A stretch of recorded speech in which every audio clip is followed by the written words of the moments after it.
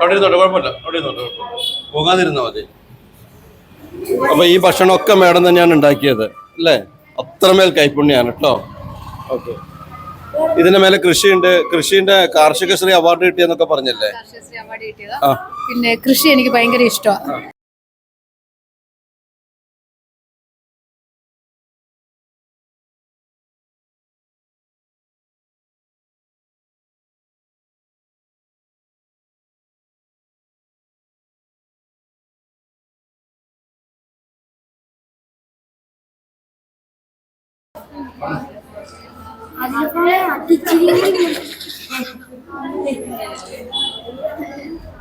മുടിയൊക്കെ പിടിച്ച്